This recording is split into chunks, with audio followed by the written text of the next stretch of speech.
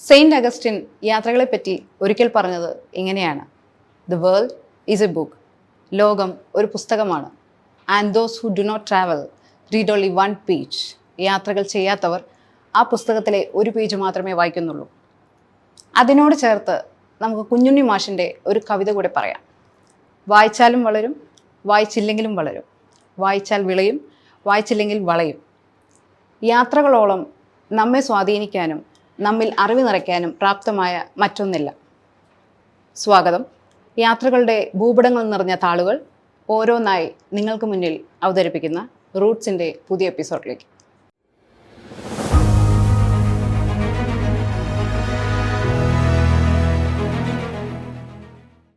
Sir, നമ്മുടെ ഈ ബോളിവുഡ് മൂവീസിലൊക്കെ ഒത്തിരി സോങ്സ് ഗ്രീസിൽ വെച്ച് ഷൂട്ട് ചെയ്ത് കണ്ടിട്ടുണ്ട്. വളരെ ഭംഗിയുള്ള സ്ഥലമാണ്. അപ്പോൾ അധികം ആരും നമ്മുടെ നാട്ടിൽ ടൂർ ഓപ്പറേറ്റേഴ്സ് ഗ്രീസിലേക്ക് ടൂർ ഓപ്പറേറ്ററായിട്ട് കണ്ടിട്ടില്ല. അപ്പോൾ നമ്മളെപ്പോഴാണ് ഗ്രീസിലേക്ക് ഒരു ടൂർ ഓപ്പറേറ്റ് ചെയ്യുന്നത്? നമ്മൾ ഗ്രീസ് ഓപ്പറേറ്റ് ചെയ്യാൻ തുടങ്ങിയിട്ട് എൻ്റെ ഓർമ്മ ശരിയാണെങ്കിൽ ഒരു 10 വർഷം പ്ലസ് ആയി. ഞാൻ തന്നെ ഒരു ഡെഫിനറ്റ്ലി മോർ ദാൻ 15-16 ടൈംസ് ഞാൻ വിസിറ്റ് ചെയ്തിട്ടുണ്ട്. പക്ഷെ അന്നത്തെ ടൂറുകളെല്ലാം തന്നെ ഗ്രീസും ടർക്കിയും കൂടിയിട്ട് കമ്പൈൻഡ് ആയിരുന്നു. അപ്പൊ എമിറേറ്റ്സിൽ നമ്മൾ പോകും ഗ്രീസിലേക്ക്, എന്നിട്ട് തിരിച്ച് ഇസ്താംബുളിൽ നിന്ന് വരിക. അങ്ങനെയായിരുന്നു ഒരു ഐറ്റിനറി, ഒരു 12 ഡേയ്സിന്റെ ഐറ്റിനറി. ഇപ്പോ ഈ ടർക്കിക്ക് ഒരുപാട് ഡിമാൻഡ് ഉണ്ട്. അപ്പൊ ടർക്കി മാത്രമായിട്ടാണ് ചെയ്യുന്നത്. അതേമാതിരി ഗ്രീസ് തനിയായിട്ടാണ് ചെയ്യുന്നത്.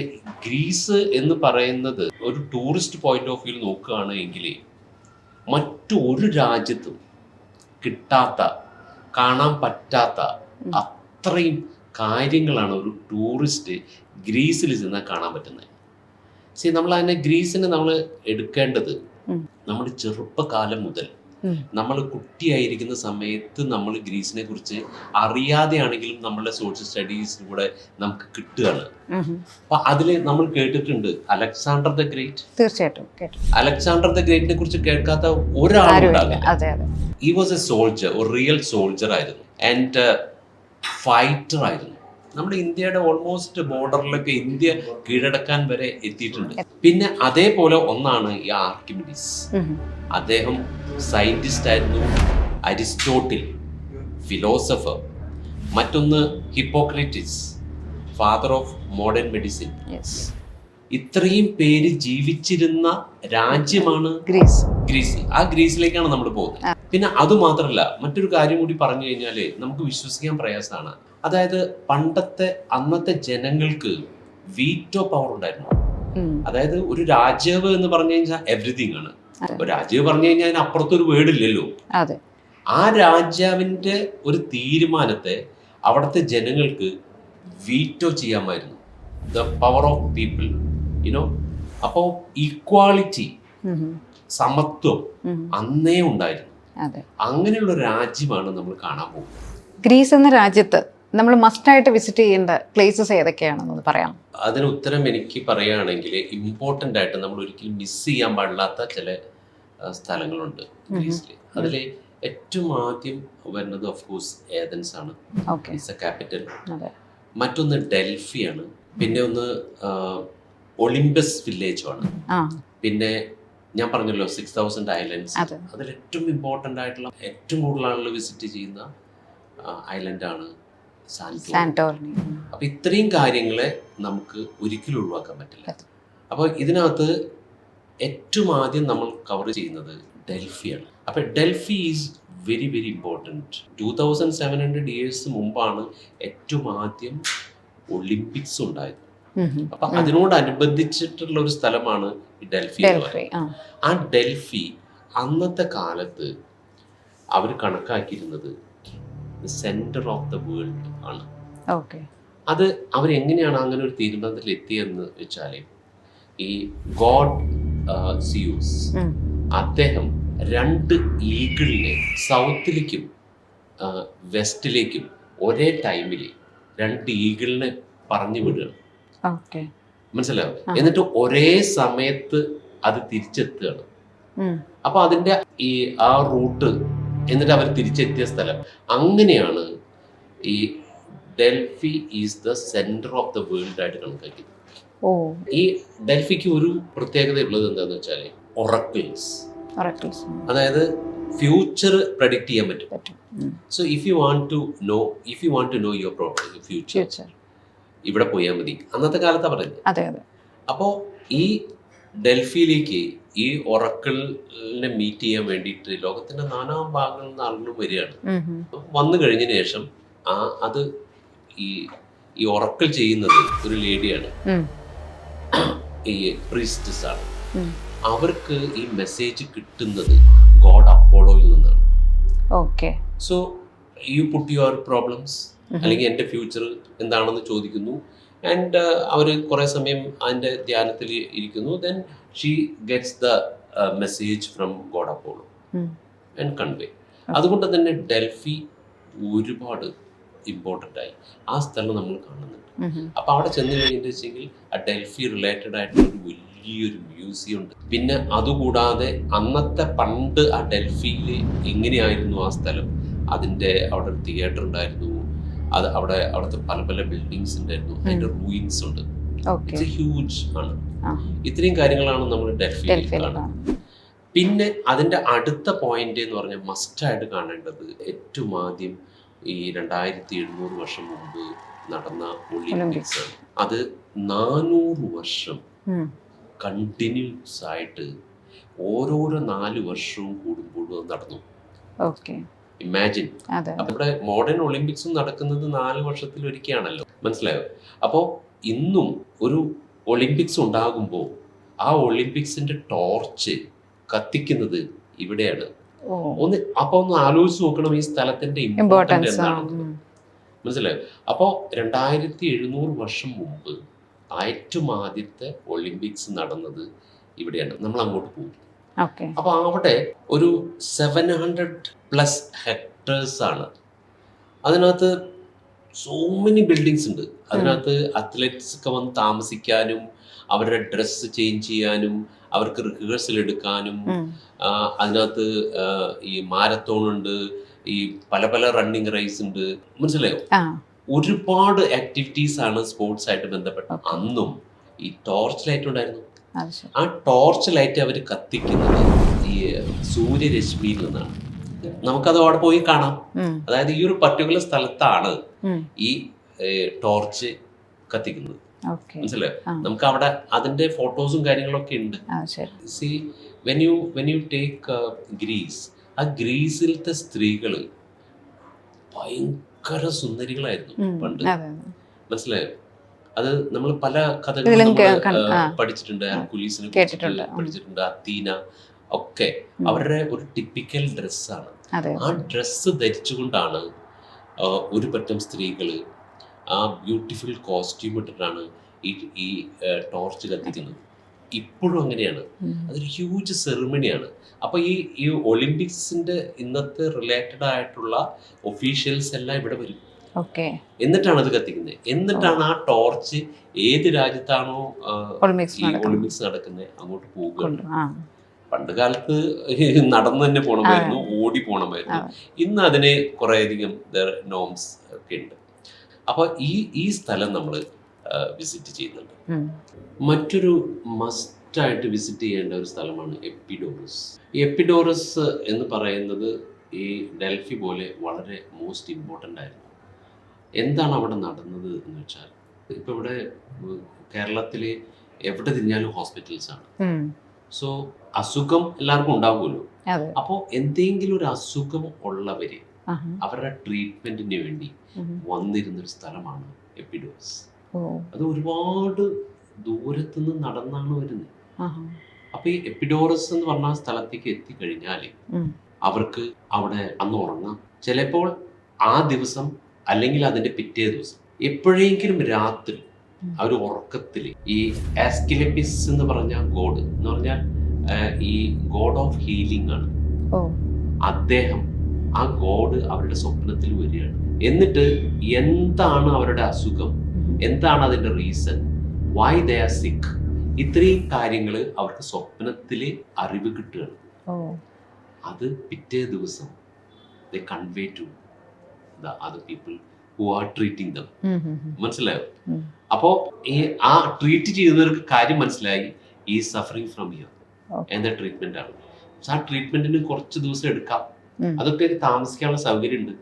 മറ്റൊരു മോസ്റ്റ് ഇമ്പോർട്ടൻ്റ് ആയിട്ടുള്ള ഒരു കാര്യം എന്ന് പറയുന്നത് തിയേറ്റേഴ്സ് ആണ്. മൊത്തം ഗ്രീസ് ട്രാവൽ ചെയ്താലും നമുക്ക് ഈ തിയേറ്റേഴ്സിനെ കാണാൻ പറ്റും. അപ്പൊ ഈ എപ്പിഡോറസിന്റെ അടുത്ത് അതിനോട് ചേർന്നിട്ട് ഒരു തിയേറ്റർ ഉണ്ട്. ആ തിയേറ്റർ എന്ന് പറഞ്ഞു കഴിഞ്ഞാൽ ഒരു ഓപ്പൺ എയർ തിയേറ്റർ ആണ്. അവിടെ ഇപ്പൊ നമുക്ക് ഈ ഫുട്ബോൾ സ്റ്റേഡിയം ഒക്കെ ഇല്ലേ, ഇപ്പൊ ഈ ഫുട്ബോൾ സ്റ്റേഡിയം അല്ലെങ്കിൽ ഒരു ക്രിക്കറ്റ് സ്റ്റേഡിയം എന്നൊക്കെ പറഞ്ഞു കഴിഞ്ഞാല് അതില് ഇങ്ങനെ സ്റ്റെപ്പായിട്ട് ഇങ്ങനെ ഇങ്ങനെ ഇങ്ങനെ പോവുകയാണല്ലോ. അപ്പോ ഒരു ഓപ്പൺ എയർ അതിലിങ്ങനെ കുറേയധികം സ്റ്റെപ്സോട് കൂടിയിട്ടുള്ള പടികളോട് കൂടിയിട്ടുള്ള ഇരിക്കാൻ വേണ്ടിയിട്ടുള്ളത്. അത് 10,000 കപ്പാസിറ്റി ഉണ്ട്, 15,000 ഉണ്ട്, 20,000 ഉണ്ട്. It's going up. ഇതില് മൈക്കില്ല. അന്നത്തെ കാലത്ത് മൈക്കില്ല. അപ്പൊ അതിന്റെ ആക്ടേഴ്സ് അവര് വന്നിട്ട് ഇനാക്ടിങ് എ ഡ്രാമ. അപ്പൊ ആ ഡ്രാമ അല്ലെങ്കിൽ എന്ത് വേണമെങ്കിലും ആയിക്കോട്ടെ, എനിത്തിങ് റിലേറ്റഡ് ടു ആർട്സ്. അപ്പൊ അതിന്റെ സെന്ററിൽ ഒരു സർക്കിൾ അവർ വരച്ചിട്ടുണ്ട്. ആ സർക്കിളിൽ വെച്ച് ചെറുതായിട്ടൊന്ന് ഇങ്ങനെ തട്ടി നിൽക്കുക. ഈ ശബ്ദം ഏറ്റവും മുകളില് ഏതൊരു കോർണറിൽ ഇരിക്കുന്നവർക്കും കേൾക്കാൻ പറ്റും. ഇറ്റ് ഈസ് അൺബിലീവബിൾ ആണ്. ഓരോരോ പ്രാവശ്യവും ഈ തിയേറ്ററിൽ, ഈ ഓപ്പൺ എയർ തിയേറ്ററിൽ ചെന്നിട്ട് ഈ ഒരു കാര്യം അവിടുത്തെ ലോക്കൽ ഗൈഡ് നമ്മളോട് പറയുമ്പോൾ ആർക്കും വിശ്വാസം പറ്റില്ല.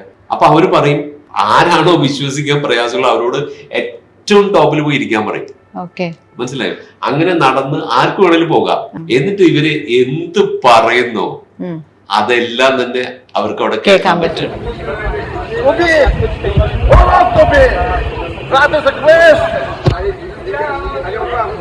ഇറ്റ് ഈസ് അൺബിലീവബിൾ ആണ്, ബട്ട് സോ ബ്യൂട്ടിഫുൾ. അപ്പോൾ ഈ തിയേറ്റേഴ്സ് എല്ലാ സ്ഥലത്തും ഉണ്ടായിരുന്നു. മനസ്സിലായോ? ഈവൻ നേരത്തെ പറഞ്ഞ ഈ ഡൽഹിയിൽ ഉണ്ടായിരുന്നു, പിന്നെ ഒളിമ്പിക് സ്റ്റേഡിയത്തിനോട് ബന്ധപ്പെട്ടതുണ്ടായിരുന്നു, എപ്പിഡോറസിലുണ്ട്, ഒരുപാട് സ്ഥലങ്ങളിലുണ്ട്. മറ്റൊരു ഇമ്പോർട്ടൻ്റ് ആയിട്ടുള്ള ഒന്നാണ് സിറ്റി, അതായത് ക്യാപിറ്റൽ ഏതൻസ്. അതിനെക്കുറിച്ച് പറയുകയാണ് എങ്കിൽ നമ്മുടെ മനസ്സിലേക്ക് ഏറ്റവും ആദ്യം വരുന്ന കാര്യം എന്ന് പറയുന്നത് അക്രോപോളിസ് ആണ്. The most famous Athens means acropolis. അപ്പൊ ആ അക്രോപോളിസ് എന്ന് പറയുന്നത് ഒരു മലയുടെ മുകളിൽ ഒരു അറൌണ്ട് ഒരു 8 ഏക്കേഴ്സ് ആയിട്ടുള്ളൊരു സ്ഥലമാണ്. അവിടെ ആ സമയത്ത് ഏറ്റവും importance God Athena. Everything is Athena is important. അപ്പൊ അന്നത്തെ ആ കാലത്ത് അവിടെ ജീവിച്ചിരുന്നവരുടെ ആ സിറ്റിയുടെ റൂയിൻസ് ആണ് അക്രോപോളിസ്. ആ അക്രോപോളിസിന്റെ അതേപോലെ തന്നെ അതിനോട് അനുബന്ധിച്ചൊരു മ്യൂസിയം ഉണ്ട്. It's so beautiful. നമ്മൾ ആ മ്യൂസിയത്തിലേക്ക് പോകുമ്പോൾ ആ പോകുന്ന വഴിയിൽ കുറച്ചൊരു സ്ഥലം ഗ്ലാസ് പാകിയിരിക്കുകയാണ്. അപ്പൊ ആ ഗ്ലാസിന്റെ മീതി കൂടെ നടന്നിട്ട് വേണം നമുക്ക് ആ മ്യൂസിയത്തിലേക്ക് എത്താൻ. അപ്പൊ അതിൽ നടന്നു പോകുമ്പോൾ വെൻ യു ലുക്ക് ബാക്ക് അത് കാണാൻ പറ്റും. അത് ഇറ്റ് ഈസ് ആ ഗ്ലാസ്സിലൂടെ നമുക്ക് കാണാൻ പറ്റും. അതിന്റെ അടിയിൽ നമുക്ക് കാണാൻ പറ്റുന്നത് അന്നത്തെ കാലത്ത് ഇവിടെ ജീവിച്ചിരുന്ന ആളുകളുടെ വീടുകളും കാര്യങ്ങളൊക്കെയാണ്. റൂയിൻസ് ആണ്. ആ റൂയിൻസിന്റെ മീതെയാണ് ഉണ്ടാക്കിയിരിക്കുന്നത്. അതെ, ഒരു സിവിലൈസേഷൻ ഉണ്ടായിരുന്നു. മനസ്സിലായോ? അപ്പൊ acropolis is very important. And acropolis museum കണ്ടു കഴിഞ്ഞിട്ടുണ്ടെങ്കിൽ ഈ അക്രോപോളിസ്, ഈ റൂയിൻസ് നമുക്ക് ഈസി ആയിട്ട് മനസ്സിലാക്കാൻ പറ്റും. So first we take them to the museum 3 ഫ്ലോർസിലാണ്. ആൻഡ് അവിടെ അത് കണ്ടു കഴിഞ്ഞതിന് ശേഷമാണ് നമ്മൾ ഇങ്ങോട്ട് നടന്ന് പോകുന്നത്. ഇറ്റ്സ് വെരി ബ്യൂട്ടിഫുൾ ആണ്. പിന്നെ ഈ ഏതൻ സിറ്റി എന്ന് പറയുന്ന അവിടെ ഒരുപാട് കാര്യങ്ങൾ കാണാനുണ്ട്. മനസ്സിലായോ? അപ്പോ ഈവൻ മറ്റൊരു കാര്യം കൂടി പറയാതിരിക്കാൻ പറ്റില്ല. അതായത് ഏറ്റവും ആദ്യത്തെ ഒളിമ്പിക്സ് ഇവിടെയാണ് നടന്നത്. അതുകൊണ്ട് തന്നെ മോഡേൺ ഒളിമ്പിക്സ് ഉണ്ടായ സമയത്ത് ഏറ്റവും ആദ്യത്തെ മോഡേൺ ഒളിമ്പിക്സ് നടന്നത് ഏതൻസിലാണ്. മോഡേൺ ഒളിമ്പിക്സ് നടന്നത് അവിടെ ഏറ്റവും ആദ്യത്തെ ഒളിമ്പിക്സ് നടന്നത് ഏതൻസ്. നമ്മളെ കാണാൻ പോകും, നടന്ന ആ സ്ഥലം കാണാൻ പോകും, പാർട്ട് ഓഫ് സിറ്റി ടൂറിലാണ്. മറ്റൊരു മസ്റ്റ് ആയിട്ട് നമുക്ക് മിസ് ചെയ്യാൻ പാടില്ലാത്ത ഒന്നാണ് സാന്റോറിനി ഐലൻഡ്. ഞാൻ പറഞ്ഞല്ലോ 6,000 ഐലൻഡ് എന്ന് ഞാൻ പറഞ്ഞല്ലോ. അതിൽ ഈ ഏറ്റവും കൂടുതൽ ആളുകൾ ഏറ്റവും കൂടുതൽ വിസിറ്റ് ചെയ്യണം എന്നുള്ള കുറച്ച് എക്സ്പെൻസീവ് ആണെങ്കിൽ പോലും സാന്റോറിനിയാണ്. അതെ. അത് ഏതൻസിൽ നിന്ന് ഒരു 300 കിലോമീറ്റേഴ്സ് അവയാണ്. നമുക്ക് രണ്ട് രീതിയിൽ പോകാം. ഒന്ന് you can go by sea. അത് ഒരു 2-3 ടൈപ്പുള്ള ഈ ഷിപ്സ് ഉണ്ട്. ഐ മീൻ വളരെ സ്പീഡിൽ പോകുന്നുണ്ട്, സ്ലോയിൽ പോകുന്നുണ്ട്. പക്ഷെ 300 കിലോമീറ്റേഴ്സ് കവർ ചെയ്യും. മറ്റൊന്ന് യു ക്യാൻ ടേക്ക് ഫ്ലൈറ്റ്. അങ്ങോട്ടും ഇങ്ങോട്ടും എക്സ്പെൻസീവ് ആണ്. കാരണം എന്താണെന്ന് വെച്ചാൽ അങ്ങനെയാണ് ഈ സാന്റോറിനി ഫേമസ് ആയിരിക്കുന്നത്. ഇപ്പൊ അവിടെ ഏറ്റവും കൂടുതൽ നടക്കുന്നത് വെഡിങ്സ്, എക്സ്പെൻസീവ് വെഡിങ്സ് ആണ്. This place is became very famous because of volcano eruptions. അപ്പൊ അവിടെ നമ്മൾ ചെന്ന് കഴിഞ്ഞിട്ട് നമ്മൾ കാണുന്നത് മുഴുവനും വൈറ്റ് ആണ്. എവറിഥിങ് വൈറ്റ് ആണ്. ബ്യൂട്ടിഫുൾ ചർച്ചസ് ഉണ്ട്. I think there is one film, Bollywood film, I think Shahrukh Khan film ഒക്കെ അവിടെ ഷൂട്ട് ചെയ്തു. കാരണം വെച്ചാല് അത്രയും ബ്യൂട്ടിഫുൾ ലൊക്കേഷനാണ്. അപ്പൊ അത് പല പാട്ടുകളും ചെയ്തിരിക്കുന്നത് മുഴുവനും ഈ ഒരു സ്ഥലത്താണ്. അപ്പോൾ ആ സാന്റോറിനി നമ്മൾ പോകുന്നുണ്ട്. 2 നൈറ്റാണ് നമ്മൾ അവിടെ താമസിക്കുന്നത്. മനസ്സിലായോ? അതിന്റെ ബീച്ചസ് ഒക്കെ ഉണ്ടല്ലോ, അതിന്റെ വെള്ളം,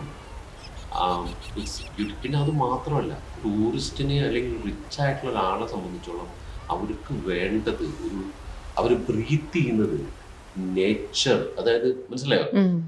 U are breathing the nature. So it is something to do with health. അതുപോലെ തന്നെ എന്തൊക്കെയാണ് അവിടുത്തെ ഫുഡിന്റെ പ്രത്യേകതകൾ? ഗ്രീക്കിന്റെ ഫുഡിനെ ഒറ്റ വാക്കിൽ പറയുകയാണെങ്കിൽ the most healthiest food in the world is Greek. അവിടെ ഞാൻ ഏറ്റവും കൂടുതൽ, അല്ലെങ്കിൽ നമ്മളുടെ കൂടെ പോയിട്ടുള്ള പാസഞ്ചേഴ്സ് ഏറ്റവും കൂടുതൽ എൻജോയ് ചെയ്തു അവരുടെ സാലഡ്. Just A salad. ആ സാലഡ് കഴിച്ചാൽ മതി. ആ സാലഡിൽ അതിൻ്റെ ഇൻഗ്രീഡിയൻസ് എന്തൊക്കെയാന്ന് വെച്ചാൽ, ഒന്ന് കുക്കുംബറാണ്, പിന്നെ baby tomato, tasting amazing taste ആണ്. മറ്റേത് ഗ്രീൻ പെപ്പർ, റെഡ് ഓണിയൻ, പിന്നെ ചീസ്, പിന്നെ ഒലീവിന്റെ കാര്യം. മനസ്സിലായോ? അത് ഒലീവ് ഓയിൽ ഇട്ടിട്ട് ആണ് നമുക്ക് തരുന്നത്. അത് അൺലിമിറ്റഡ് ആയിട്ട് തരികയാണ്. നമ്മൾ അത് കഴിച്ചു കഴിഞ്ഞാൽ പിന്നെ നമുക്ക് വേറെ ഒന്നും വേണ്ട. ബട്ട് ഇതിൽ പ്ലെന്റി ഓഫ് ഫുഡ് ഉണ്ട്. വേറെ ഒരു സ്ഥലത്ത് പോയാലും ഇത്രയും ഇതിനെ ബീറ്റ് ചെയ്യുന്ന ഒരു സാലഡ് ഈ ലോകത്തിൽ എവിടെയും കിട്ടില്ല. ഒരു കാര്യം പറയാതെ നമുക്കത് അവസാനിപ്പിക്കാൻ പറ്റില്ല. ഒലീവ്, ഇത്രയ്ക്കധികം ഒലീവ് മരങ്ങളുള്ള ഒരു രാജ്യം ലോകത്തിൽ വേറെ എവിടെയുമില്ല. എവിടെ നോക്കിയാലും ഒലീവാണ്.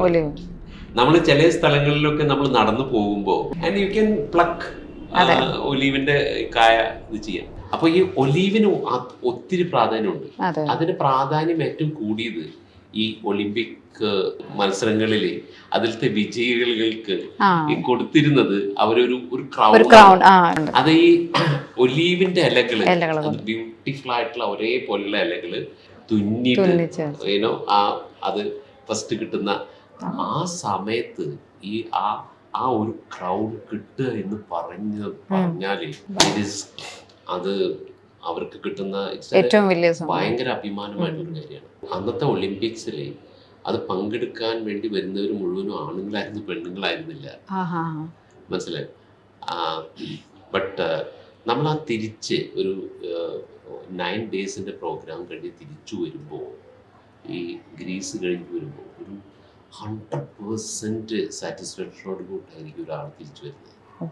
അതാണ് ഗ്രീസ്.